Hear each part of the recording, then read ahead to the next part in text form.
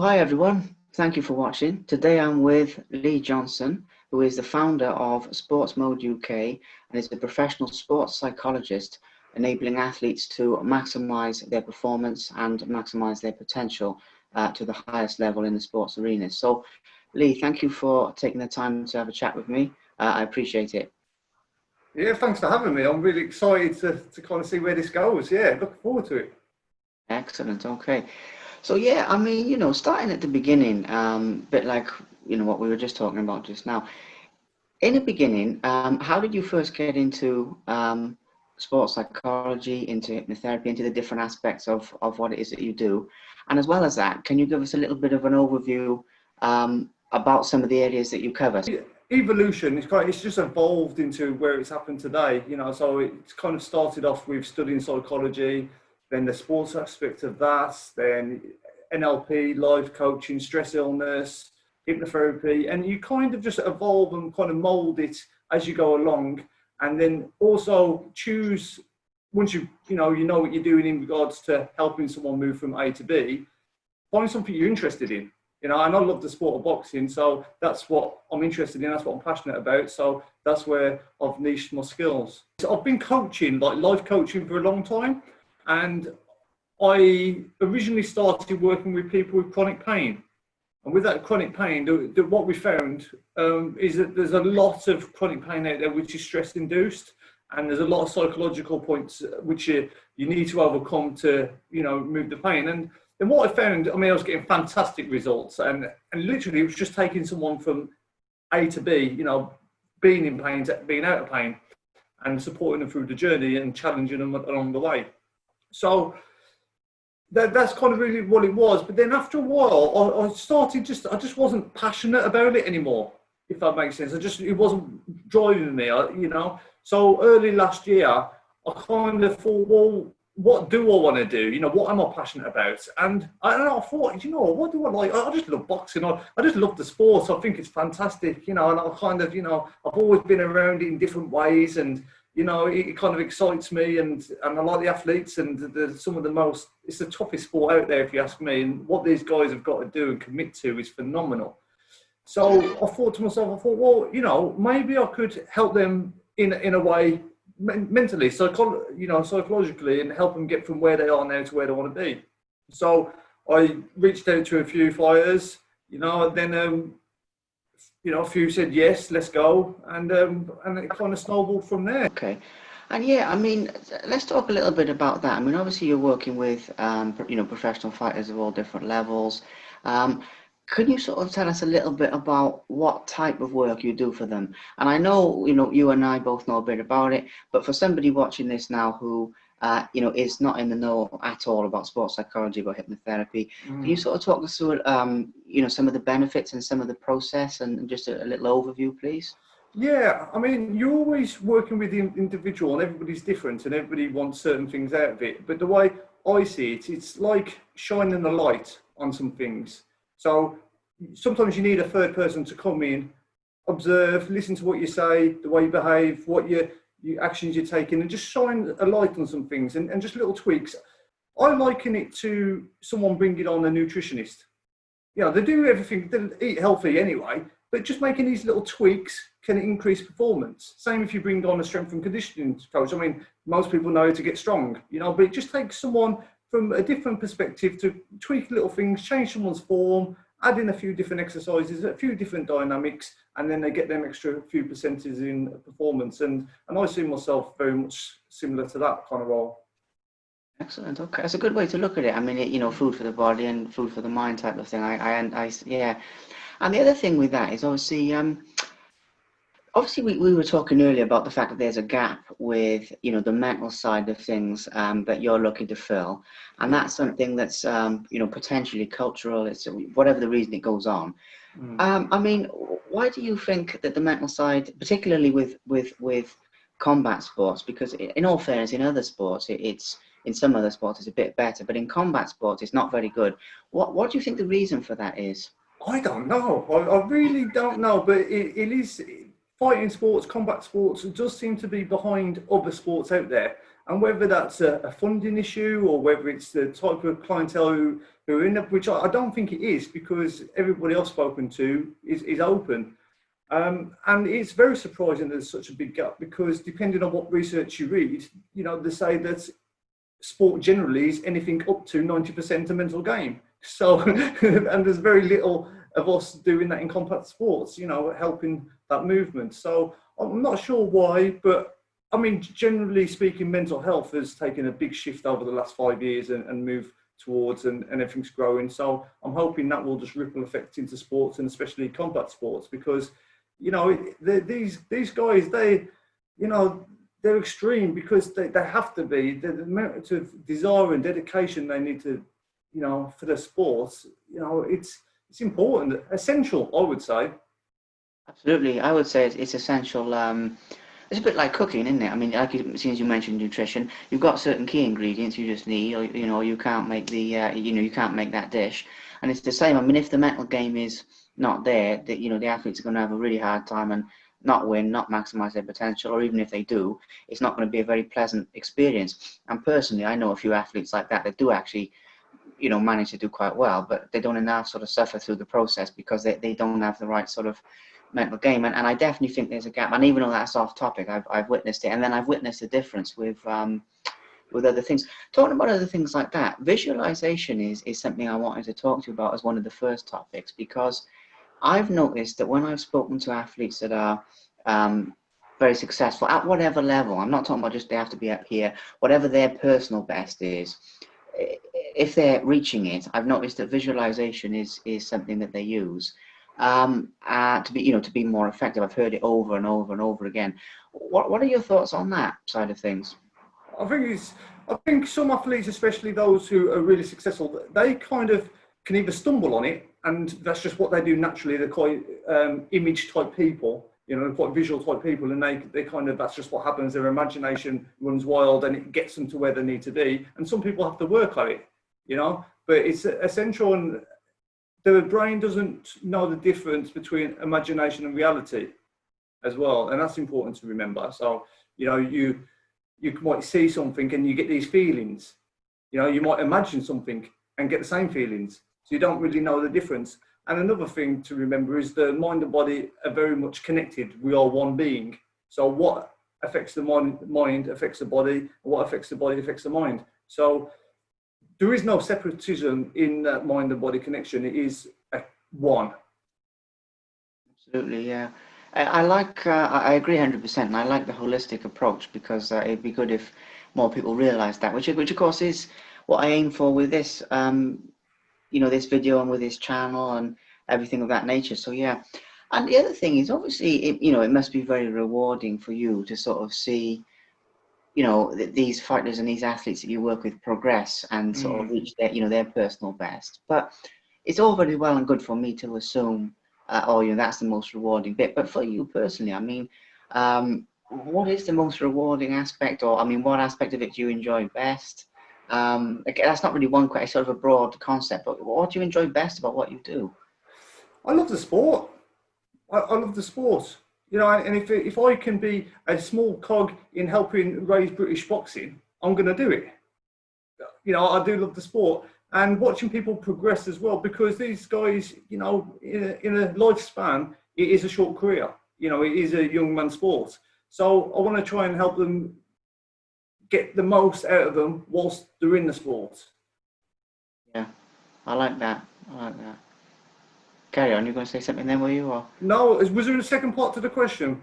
Not really. I was just asking what you enjoy most about it. And also, I mean, it's the buzz of being there, in the environment and being a part of the win as well, But it's that's always great as well. That's exciting for me. It's a good buzz to be there, to be a part of it.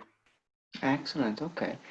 Now, obviously, something that's I think relevant to touch on for people watching this, people thinking of working with you or what have you. Obviously, you're really well qualified. I mean, in psychology, hypnotherapy. I mean, you've got a few different things going on in NLP as well. I've seen neuro-linguistic programming, for anyone who doesn't know that watching this. So let's talk a little bit about that. I mean, qualifications and some of the work you've done to improve yourself to get where you Yeah, are. yeah. I mean, I think if you know everything, right, quit. Just stop it.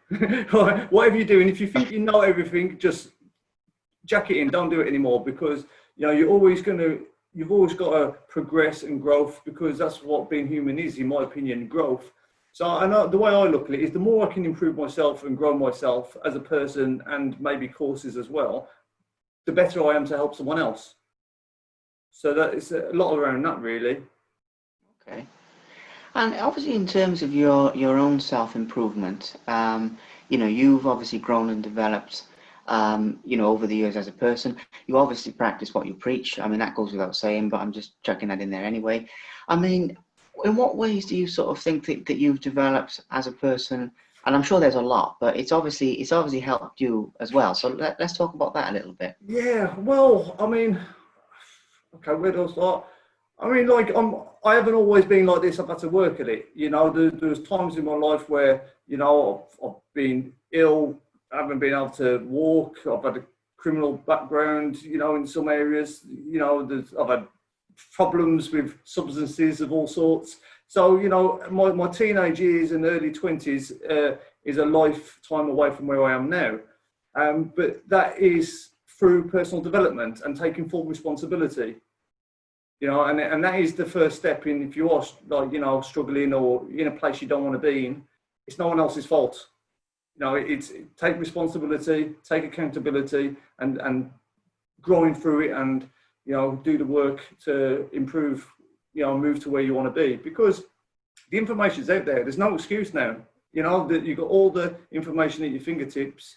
There's so many supportive organisations out there, and lots of people out there as well to help you get to where you want to go to. Yeah. Fantastic. I mean, yeah, that's a fantastic overview of it. And once again, I mean, that's exactly what I had in mind with, what I'm doing with this, is that it's possible for anyone. I mean, because there's a lot of people that sort of think, oh, it's these sort of special few that can, and it's not. I mean, obviously anyone can change their, their circumstances, their mindset, their personal happiness. And that's why, I'm putting these videos out there, and why people should sort of subscribe to this, and because I'm trying to get that point across. So thank you for that. The other thing is, the other thing I want to talk about is, we talked earlier about the mental health side of things, and I wanted to sort of go back there, because that's a powerful thing in the world we live in. It's a very, very powerful thing. And obviously, as you said, it's come a long way fairly recently. If you look at history and you look at, it's come a long way in a short time, which is good. So what are some of your experiences working with mental health, and also what have you sort of gained from those experiences? The biggest lesson I've learned overall is that humans are humans, and it's just the settings and the environments which change. Everybody has their own barriers and limiting beliefs and struggles in their own different way, and that's whether you're a top athlete or you're suffering with schizophrenia. It doesn't matter. Humans are humans. The feelings are still the same as you overcome those barriers and progress. So that's what that's humbled me, actually. That has humbled me, to kind of have that sparse range of meeting different humans in different situations with different circumstances. So that's the main thing I've learned. And yeah, and that people can progress and change, and it's always relative to them as well. For some people it's earning a title, getting the Lonsdale belt, and for some people it's getting out the house and walking to the shop. The feelings can be the same. Absolutely, I like that. Viewpoint on it. I mean, that's a powerful concept. And in terms of some of your, your mental health work before you were working with the sports, because I'd like to just touch on that a little bit. You mentioned earlier about working in the intensive care. I mean, you mentioned about working in Broadmoor, which must be quite something. I trained at Broadmoor. I done my training at Broadmoor. Yeah. Okay, yeah. So in terms of the experiences there, just a little bit about that, if you don't mind sharing just a little bit about that. Yeah. Okay. So you got primary care and secondary care. So your primary care is your kind of GP, your National Health Service, that kind of where for the community. Then then if you become really unwell, you end up in secondary care. So that's your specialist health services. And so let's say that you end up in mental health services, for example. Then you have different tiers within that. So you might be in community teams and you get support by a care coordinator, or you might become really unwell in hospital. So then if you end up in hospital, like a mental health hospital, there's different categories within there. So you can have so let's say acute wards, or you can have forensic wards, or you can have PQs, which is where I worked. There's not that many of them, but PQ stands for psychiatric intensive care units. So you have high levels of staff, low numbers of patients, and that's where you get people who are really, really unwell, with whatever illness they've got. It might be a relapse in being really psychotic, for example, in certain problems, and you kind of those wards are looking at kind of, I suppose, containing and stabilising people until they kind of come back round and then progress to an acute. And as they get more and more well again, then they can go back into the community, then eventually hopefully can live independently again. Excellent. Yeah, I wanted to touch on that because obviously, Lee, every question that I ask is purposeful, and the reason for that is obviously it sort of gives a little bit of background on you're working with different types of people, and it's sort of like some of the backdrop to some of what you do now with the sports. So moving on, into the back into the sports side of things, obviously working with professional fighters, like I mentioned earlier, different levels, helping them maximize their potential. What sort of process do you go through? And bearing in mind, I'm aware that it's individual, and I'm aware that it's what everyone has to work through is each person has their own life journey, basically. I'm aware of that. But if you had to give a little overview of, what someone could expect from working with you and everything, and some of what they gain and so forth. Let's talk a little bit about that, a little bit about the process. Yeah, as you touched on, it is very individual, and it's really kind of finding out what they want out of it. So that's really to highlight what they want, then work towards that, because it might be a feeling they want. I want to feel like this in the change rooms. I want to feel like this here, and it might be I want to feel confident, feel relaxed, feel excited. So a lot of the time it's around a feeling someone wants to achieve. Then typically what I like to do is map out a training camp. So we'll kind of go from whether that's 8 weeks or 12 weeks camp. We'll start at the beginning and we'll visualize the whole training camp. And we'll I call it, it's a timeline. So there's two types of timeline I use. There's a NLP timeline and a hypnotherapy timeline. The way I describe it is NLP is moving forward and hypnotherapy is moving back.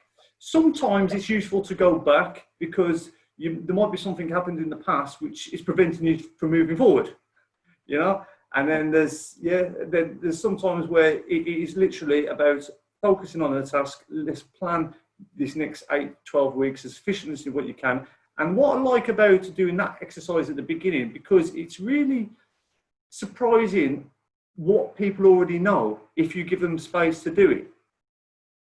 Absolutely, yeah, absolutely. Okay, so yeah, I mean that's another thing, because let's talk about the two sides of it then, because we've got the past and we've got the future. So let's start with hypnotherapy. Let's start with with the past. The reason I'm bringing this up is obviously a lot of people don't necessarily know as much about that side of things, and they think it's sort of like on TV or like like Darren Brown or whatever, and then they've got sort of false ideas. So let's talk a little bit about what people can gain from the hypnotherapy process itself, basically. Yeah, so all that Darren Brown stuff, I was listening to Darren Brown. He was getting interviewed by Joe Rogan, and they were asking him about when people like drop into sleep and they do all these things, and even him then he goes, I don't know, because I don't know why it happens, because this myth where you kind of people run around as the chickens and things like that, it's just not that. It's at its simplest form. It's just going into a nice relaxed state. Then with that, allowing your unconscious to draw up any answers which we're looking for, but you only can do that really in a relaxed state, not a sleep state, because if you're asleep, you're not going to do nothing, you're asleep, but just a nice relaxed state where you can allow the right answers to come up. So if we look at hypnotherapy from a timeline, it might be, I don't know, let's say a feeling like I feel anger. Let's say I feel anger moving forward. But what you can do with hypnotherapy, you can go backwards and backwards. When did you last feel like that? Then you can go backwards and go backwards. Then with the knowledge which you've got in the present day, you can go back and you can do some really deep work, and you can start working with some inner child kind of stuff. And imagine like a pearl necklace, right? You can kind of snap it, then the beads will just fall off. You know, and I look at that as kind of limiting beliefs. If you go to where it originated and you go just before and tell that young person, that inner child, what it needs to hear and map out the future from there, it's really powerful. You can, you know, because a lot of sports is a mind game, isn't it? It's, you know, in the head, and a lot of the time which prevents people to reaching their full potential is themselves, and it's their own limiting beliefs about what they can achieve. And a lot of the time it's not their beliefs anyway, it's imprinted on them from someone else. You know, so if you can go back to that place, pop that necklace, then we can move forward. Absolutely, I love it. I mean, yeah, it is something that, you know, people don't realize that a lot of those experiences, particularly, you know, very youthful sort of experiences, you know, they're still there for a lot of people. I mean, they still carry them, and oftentimes we're not even aware with the subconscious and how it works, and it's fantastic to sort of you know, undo that, because I've noticed the same thing. It's all about, I've noticed with athletes, a lot of it's what they believe, I mean, really believe actually comes true, you know, good or bad. I was speaking to an, and this is a little bit off topic now, so it's not really a question, but I was speaking to an athlete recently who had a, I'm not going to name, but he had a very, very big title fight. And he said to me, he said, oh, well, all the pressure's, you know, on him because it's his belt, you know. And the pressure's not on me. And I was thinking, well, obviously, if you're going into it thinking that way, and he lost the fight on points, you know, and then the other guy obviously kept the belt. And I've seen other fighters say, you know, or everything after this fight's a bonus. So they win a particular title and then they lose their next one. And it you know, and think, you know, obviously there's really obvious things like self-confidence coming into it if you don't believe in yourself. And I mean, those are the fundamentals. But I've seen more, what's the word for it? Do you know what I mean? I've seen variations on that, and it's fascinating because people don't even realize what they're saying to themselves a lot of the time, which does lead me obviously to obviously the NLP side of things and that side of things. So let's talk a little bit about that. And anything you want to say about that, really? Yeah, just to highlight what you just mentioned, that's why it's so useful to have someone from the outside listening to what you're saying, because then they can reflect it back to you and ask you, well, is this true? Is this what you really believe? Do you want to change it or do you want to keep it? You know, so it's really good to shine a spotlight from the outside. In regards to NLP, I look at it as moving forward, and there's lots of things you can do, visualization and different types of techniques and modeling and anchoring. There's just so many techniques with NLP which you can use to help people move forward. Absolutely, yeah, absolutely. So let's talk about another aspect there. I mean, we're talking about you know, beliefs. We're talking about you know, mental programs, subconscious programs. I mean, there's all different terms for this stuff. But obviously, it is the fact that, you know, what you believe, you know, creates your reality. Basically, I mean, for want of a better term.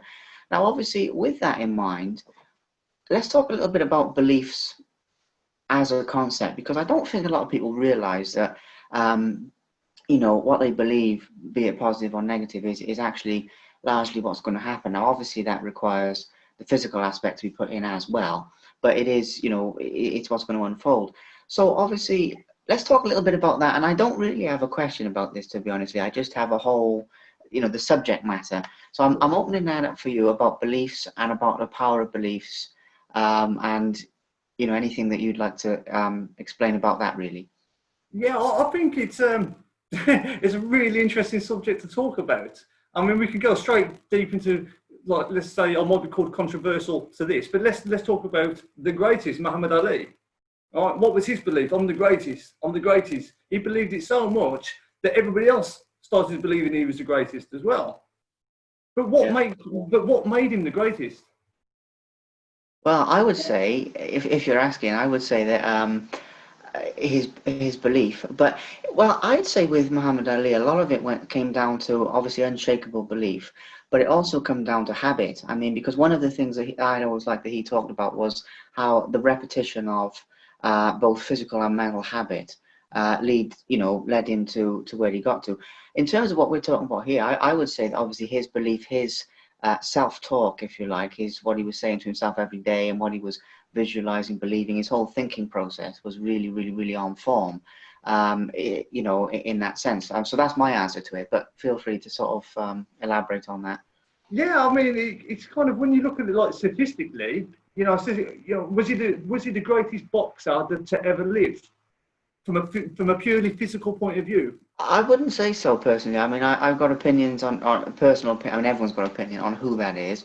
No, I wouldn't say he was the greatest for that reason. I'd say he was the greatest in terms of what we're talking about here. He had one of the greatest mindsets that we've ever seen, and that was key. But that's what I'm saying. The power of belief, the power of his belief that he was the greatest, has got the whole world saying he was the greatest. Absolutely, yeah, 100%. If you look at it from a pure statistic point of view, from physical capabilities and physical records and things like that, there are other people that you'd put in a different bracket. Yeah, absolutely. So yeah, I mean that's a brilliant illustration of the point, really, because I mean, yeah, and obviously for him, it came true, and it's still the case now because he believed it so much, and he was always, even when, and what I like about that is, even when I watched a documentary recently, actually, just because I love Ali, and he was sort of saying he was the greatest, obviously long before it was actually the case. I mean, when early on in it, and he just kept performing at the highest level, and obviously, like you say, it did become 100% true, and it's a powerful lesson for people, that is. Definitely, and Mayweather is a good example as well. The best ever. Yeah. Yeah. He says it all the time, believes it, wears the cap. He's just absorbed in it. There is no shaking him from that belief. The level of the belief is, for him, I am boxing. Yeah. And you hear him say it many times. Yeah. Absolutely. Yeah, you're spot on, and obviously having met him as well, I mean, it is just he carries that sort of feeling, wherever he goes, and it's a profound thing, and it's paid off over and over again, and and Mayweather actually leads me to another interesting point, because he obviously leads to self-image, self-esteem, all that side of things, because, and where I'm going with that is obviously to sit there with the level of money on the table that he's worth. I mean, obviously he's got to believe that he's valuable enough, good enough, sufficient to be at that level to even receive it. I mean, they say, don't they? When someone wins the lottery or something like that, and the money's given to them, you catch up with them 5 years. A lot of those people don't still have it because obviously they don't feel necessarily worthy of it. And it's one of the things that intrigues me about obviously about Mayweather is his self-image must be. I'm not talking about ego now. I'm talking about a healthy, value of oneself. So what are your thoughts on that side of things, on that concept? Yeah, I mean, one of the hardest lessons for me to learn in my own personal life is that the environment and everything around me is a reflection of my mental state and my mind and my limiting beliefs and my unconscious. And through time and work, the world, as you change as a person, the world changes around you. That's true. And I think, as an athlete, as you believe and work on yourself, and you push barriers, and you work on yourself and you do the work, things will change around you. Absolutely, yeah. I've seen it so many times. I mean, and I've experienced it where you sort of, I've seen it in my own life where you sort of outgrow. For example, here's an example. As you get more positive, you'll obviously naturally outgrow people that are, negative. I mean, and that's a simple one. But I've had it where, there's situations where there's certain people, even people that are close to me, that are, very, very negative, and you get to a point where you just sort of, you're not on the same wavelength as them, and it's not just mentally, but your actual physical life is actually changing. And I've sort of personally developed my mental state, and I've had better career opportunities. I've had a relationship fall away and then move into another one that was more, better, much better for me and for her as a person. And I've sort of seen those shifts. Those are just examples, they're arbitrary examples, but I 100% I get where you're coming from, which does lead me to something else, because we're rolling through some of these topics. But you know, in order for somebody to succeed, and I know success in itself is relative, because obviously a lot of people these days think that fame is success, whereas obviously it's only one form. And success could be, you know, a healthy family life. It could be financial security. It could be physical health. I mean, ideally, it'll be a balance, but you know what I'm talking about. But Definitely. for people to succeed in well, whatever area they want to, what sort of things would you regard as being essential, sort of mental ingredients for that process? Now, that's a big question because I'm sure there's a lot, and you know, so it's quite a big one. But what would you sort of say to that? If you had to say to somebody, well, look, you need maybe three things to achieve a goal, what would you say they would be? Then the main one is you've got to want it.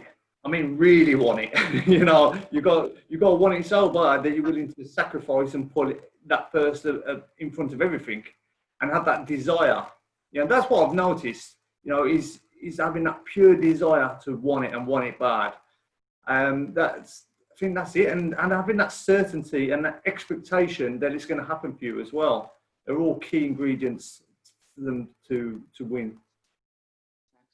Yeah, I want to put that in there because obviously there's, you know, there's bound to be a lot of things, but then there's bound to also be certain sort of recurrent, sort of common themes that you see all the time, with sort of essential ingredients. So that's a useful one. And here's another one that's sort of a little bit of a sort of a flip of that question is, if you had to give advice to people who, you know, who wanted to succeed in terms of, I'm talking obviously about certain more practical steps now. You know, I mean, what would some of the practical, you know, lifestyle applications be in terms of, I'm sort of touching a little bit more on the physical side now of like what someone, because obviously if your mind's right, obviously you've still got to look after your body, and like you said, they work together. So what would some of the main sort of lifestyle factors be that, you know, that you would recommend to people? That's a great question. I would say understand that, and a lot of these guys watching it who are fighters, they already understand this, but success, you can't become successful on your own. You need a good team around you, is number one. You know, don't be a lone ranger. Get the right people around you that are going to help, you know, bring the best out of yourself. Also, don't wait. A follow-up to that point is don't wait for things to go wrong before you bring people in. Well, whilst things are going well, bring people in. You know, because prevention is always better than cure. In for kind of daily practices as well, I would say in today's world, look after your basics. Look after your basics. I know these guys have got to promote themselves on social media, but get your sleep, you know, and that social media and that kind of blue light on your phones is really not helping. You know, sleep in a training camp becomes even more precious. So make sure your basics are right. You know, leave the phone off at 8 o'clock, you know, things like that. And make sure make sure things are right at home. You know, if you're in a relationship, nurture that as well, because you've heard the same many times, a happy fighter is a dangerous fighter. You know, so just make sure your foundations are right. You know, that's what I'd suggest as kind of practical tips. And be grateful. Be grateful for what you've got and the life you're leading. You know, there's many people out there that are not living their dream, and a lot of these guys who are professional fighters are doing what they want to do, and they're being sponsored to do it, and that's a great privilege. So every day wake up and be grateful for that, because that is a good start for your day and help you be motivated for your training. Absolutely. And that leads me to something else that's actually quite interesting, because you made me think of it with gratitude, because I was reading recently about how gratitude is, they say it's one of the, you know, the healthiest human emotions that you can have for both mental and physical health.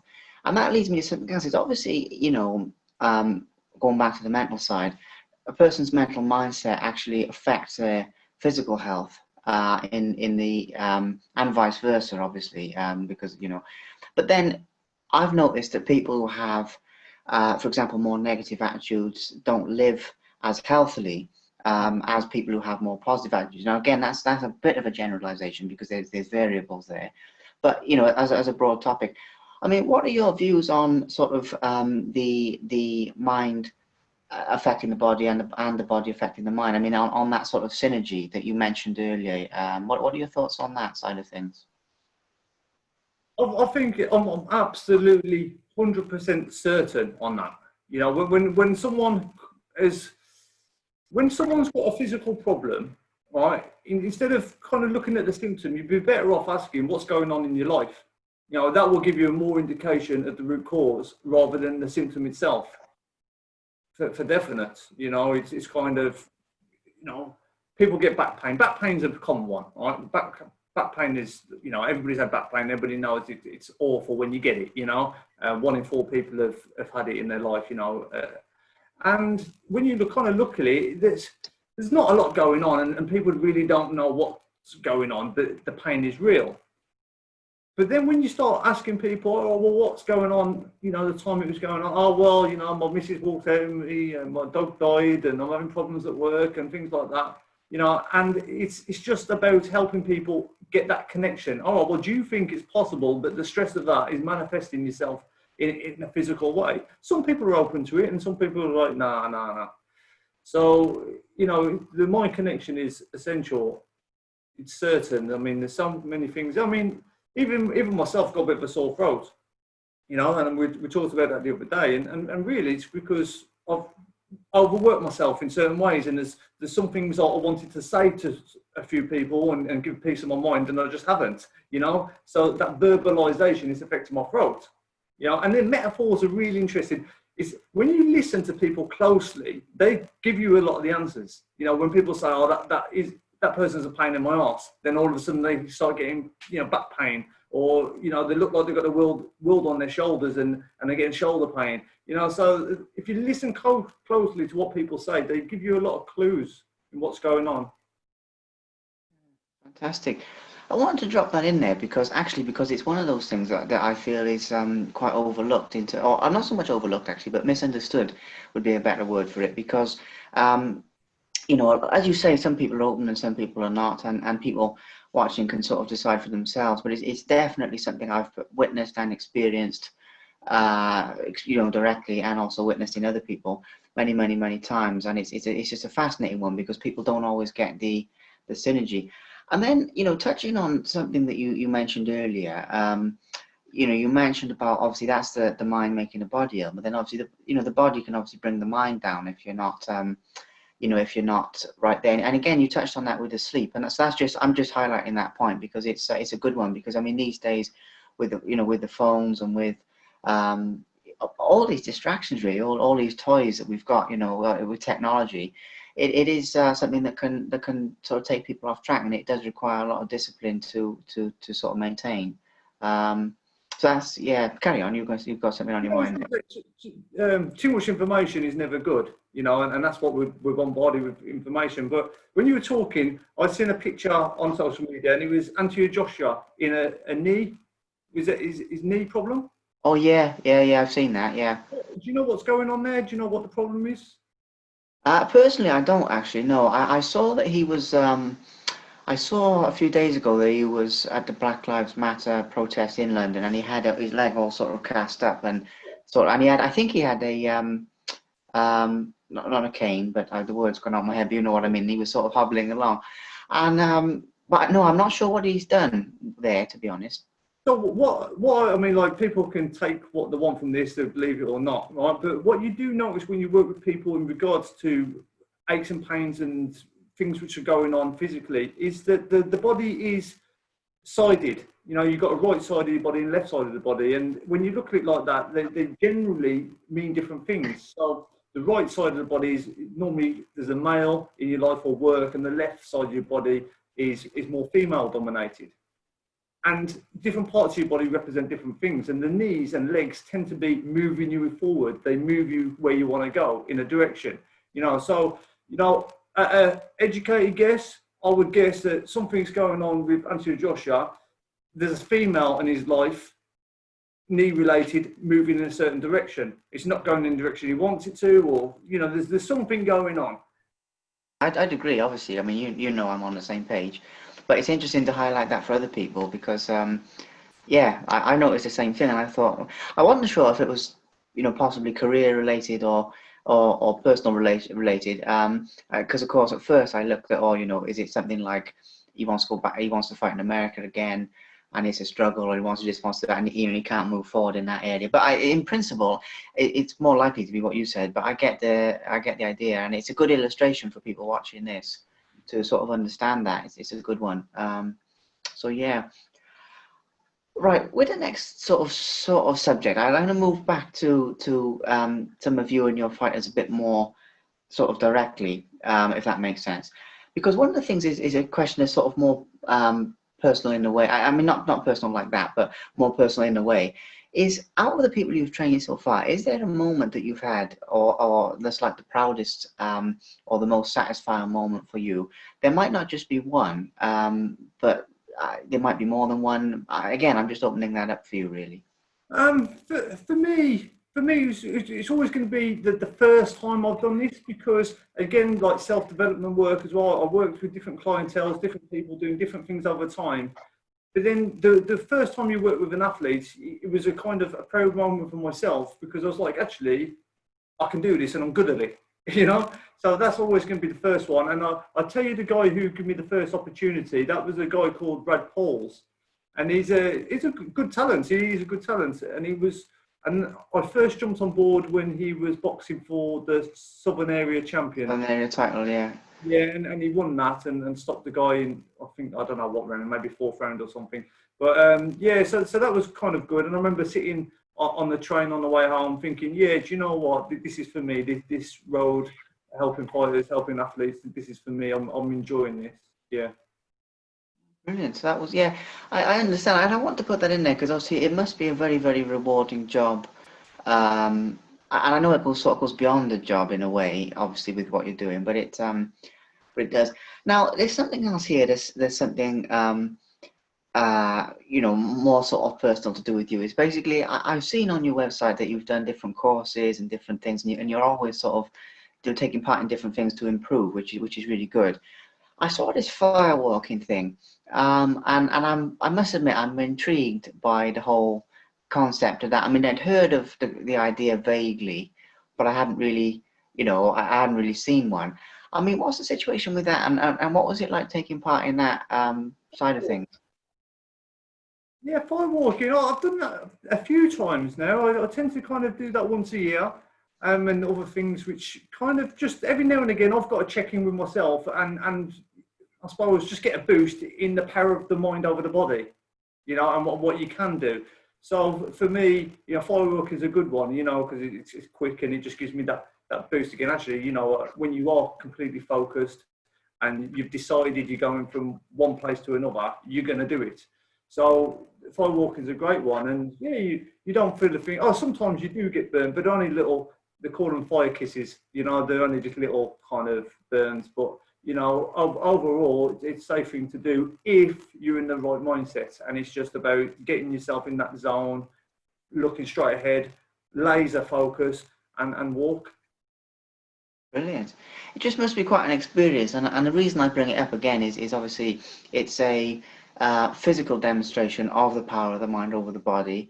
And yeah. that's the sort of the purpose behind that question, because obviously, like you say, I mean, it's there before your eyes that these people, including yourself, are sort of conquering their fears, their doubts, whatever, and they are mastering their focus, you know. So yeah. Yeah, that's it. And there's lots of ways to do it. You know, just to demonstrate, people kind of, you know, they chop bricks with a hand, and they kind of, another one I've done, you put an arrow on your throat and walk towards it, and that breaks the arrow. You know, so it's just about having a mindset. Just every now and again, you just got to prove to yourself that the mind, if it's focused, it's healthy, it's pure, and it's completely laser-like, you know, you can achieve incredible things. You know, and it kind of comes back to that belief, you know. So then how can you apply that to the guys you're working with? Well, do you know what? If you apply yourself, you believe 100%, you're certain, you've got the laser-like focus, you expect to take that journey from A to B, it's going to happen. Absolutely. So, Lee, I've brought up here a few things now to do with different aspects of the mind, and they're more of an overview than a, you know, a complete picture, because you've talked about visualization and self-belief and you know, a few different things. What I'm going to do now is I'm actually going to, if you don't mind, just turn that part of it over to you, because is there other elements of mental mindset of what you do that you would like to talk about? And the reason I open this up is I've asked a few things about, aspects that I've picked, with, like I say, with visualization, with self-confidence and so forth. Why don't you sort of pick an area if you want to? I mean, you don't have to, and we can talk about that, because I think that would also be very good for our viewers, basically. One thing which is, as time goes on, has highlighted to me more is the power of self-kindness and how important that is. Because and just accepting that you have good days and not so good days, and accepting that as well, because if you leave it to the voices of the outside world, and let's use social media again, it's that expectation that every day has got to be fantastic because everybody else's day is fantastic. It's not bloody true. Everybody has their ups and downs, and just rolling with that and be kind to your day. Be kind to yourself, because it's those techniques like being kind to yourself are actually going to help you progress. So like, for example, these guys, if they don't have a good day at the gym, the sparring didn't go how they want it to go, is ruminating it and beating themselves up about it and counting how many times they got hit going to be more useful, or being kind to themselves, just, okay, what, weren't feeling 100%, looking at the positives, looking at, what did go well, what did I do? Well, actually, I moved it out of the way, that one, I slipped or rolled, whatever it may be. But just highlighting the good things and being kind to yourself, you're more likely to have a better training session the next day. So the importance of self-kindness, as I'm doing this work and developing as a person and observing other people, is more important as time goes on for me.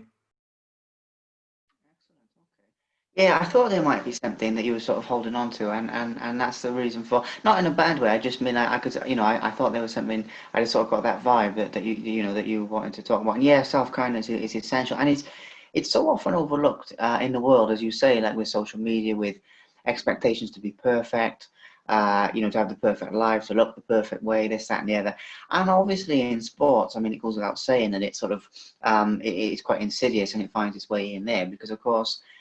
People, often push themselves to perform at their best level, but sometimes the best thing is just to, almost take a little bit of a step back. I mean, it's the old story of, I've got to remember it now. I think it's the old story of sharpening the axe, isn't it? Where, which you might have heard that one, where, the guy's chopping down trees and all this, and he's getting less and less every day because his axe is blunt. He spends a day sharpening it, and then he chops down the quota or however many it's supposed to be. And it's that concept is essential. And I think in the world we live in, there's sort of this process of almost like a 24/7 sort of, you've always got to be grinding, you've always got to be, and I do think that sometimes just taking a step back and just thinking, hey, you know what, I'm doing okay, and I'm okay, the way I am, can actually then be the sort of springboard to then actually improve further. And I've done that. I mean, I've in the past absolutely worked myself into the ground and basically burned out. I mean, I know for a fact I've burned out more than once, just with this sort of 24/7. I've got to make it happen. It's got, and you just think, well, actually, we've got time. I'm doing good. You take a minute to look back, take a minute to and in the past I've listed out like my positive traits. I've just said, right, well, I'm good at this, and I've done this well. At the end of the day, well, today, okay. I did this well, and then tomorrow, then this wasn't so good, so I can work on that tomorrow. And it sort of gives you a healthier, and again, I'm just highlighting the point, but it definitely, and it's overlooked so much. Yeah. But that took yourself to create a bit of time to do that. Yeah, absolutely. And this is what I think is missing in the boxing world or combat sports. It's just spending a little bit of time in your training camp, just once a week, just to take a different picture, to take a helicopter view, and kind of, is there anything which you can improve, change, and just kind of tweak as you go along? Because sometimes, you have to walk away from something. It's like if you're fixing a car, and you keep banging your hand on something, and you can't get the bolts undone or something like that, and you're losing your temper and you're not getting anywhere. You have to go away, make a cup of tea, come back to it, and it'll work, the bolt covers. Yeah, because you've freshened yourself up, you've got clear, and you've taken that negative emotion out of the obviously out of the equation, and it's key. It's absolutely key. Brilliant. It is. I mean, we've talked a bit about, obviously where you've come from and some of the work you've done, and we've looked back a bit, but I'd like to look forward a little bit now. I mean, obviously doing what you do, that the goal setting and so forth is absolutely essential. But in terms of your goals for, future plans, future ambitions, the dream, that whole concept, what's that looking like? Where are you sort of going from here, basically? That's a good question. I've recently thought about this actually, and I think what I've noticed is when fighters retire, they tend to, not all the time, but you kind of tend to have problems, because they've absorbed themselves in the sport, which they love, and for whatever reason, they just can't fight anymore. It's time to retire. And then what next? But a lot of these guys want to stay in the sport, and they can go off the rails and things like that. So what I would like to do in the future, maybe in about 3 or 4 years, is start designing a course where they can start, get a qualification, work with me. I'll maybe, do a course, 5 people at a time or something, retired fighters. Then they can do the similar work I do with up and coming fighters. So they can kind of stay in the sport, with some really good psychological knowledge moving forward, with that lived experience as well, would be fantastic. I think, if that started to happen in about 4 or 5 years, in 10 years, British boxing will be through the roof, because you'd have so much support and skills and inputs with the young fighters coming through. I think it'd be phenomenal. It's fascinating you should say that, because I've often thought that there's room for basically helping with that transition, because it is a big transition, and I've seen fighters transition in all types of ways. Some of them very, very well, and that's great, but other ones absolutely terribly. Do you know what I mean? And I've seen obviously some move into training and do really good stuff, but other ones they don't know what to do. And not only that, but obviously also being a big fan of the sport and following the sport, even if it's just reading about great fighters. I mean, one of my favorite eras of boxing has got to be the 70s and the 80s. And that's hardly surprising. I like all eras, but I was reading about I don't remember who it was. I think I was reading about Iran Barkley the other day, and some of the problems he had with like homelessness and some severe issues after retirement. I was just thinking, there really is a gap for everything that you've just said, basically. 100%. So that'll be some good work. That'll be some good work. What was the other thing? The other thing was, with the future plans, in terms of people watching this video who want to work with you and are interested, or maybe they're interested in finding out more, or anything of that nature, what do they have to do to get in touch with you, basically? Just got to ring me up, have a chat. Yeah, just kind of, there's no kind of weirdness, or I'm very open and transparent. If I can help, I say I can help, and if I can't, I say I can't. And hopefully I can point them somewhere else. But you can follow the social media, Sportsmode UK, Instagram, Facebook. But really, you can just send me a text or phone call. Then we can just go from there, and see if there is a way that I might be able to shine some light on a few things and help you. You get those. I like the term 1%ers. It's just there's these little 1%ers over time, and if you can start helping people to achieve them 1%ers over time, it makes a huge difference. Absolutely, yeah. It is a step-by-step process at the end of the day. I agree with that. I mean, a lot of people try and sort of conquer everything all at once, but it is actually fairly gradual on the one hand. But then, if you're taking those gradual steps, when you look back, you think, whoa, how far I've come. And it's and that is a sort of brick by brick. Yeah, I have a thing on my wall. It's just like a wall, and it just says brick by brick on there, because the idea is you put in one, then you put another, and you put another. Because I'm the type of person where I'm not always the most patient person, and I sometimes try and rush it. So that's why I just keep that picture of just brick by brick, and it just reminds me to sort of just take it a step at a time, because otherwise I'm trying to build Rome in a day, and that's another good one as well. So, I mean, to be honest, I've covered everything I wanted to cover and a bit more. To be honest, we've covered more again, and it's better again than what I was expecting. But I mean, from your side of it, I would like to open it up to you one more time to sort of, anyone who's watching this, is there anything you would like to say to them specifically, that anything that comes, I mean, if not, that's cool, but I always open it up to see if there's anything in particular in your mind or in your heart that you would like to sort of put over to anyone watching this, basically. I think there's a lot to be said for intuition as well, and asking, just spending 5 minutes by yourself and kind of, I call it the internal GPS, and just ask yourself, am I on the right path where you want to be, you know, with the whatever it is, you know, and kind of just give yourself a bit of time to work with your own GPS, because, you know, I would say all the time it will point you in the right direction. Thank you very much for watching. Please subscribe to the Simply Inspired YouTube channel, and there'll be more videos coming soon.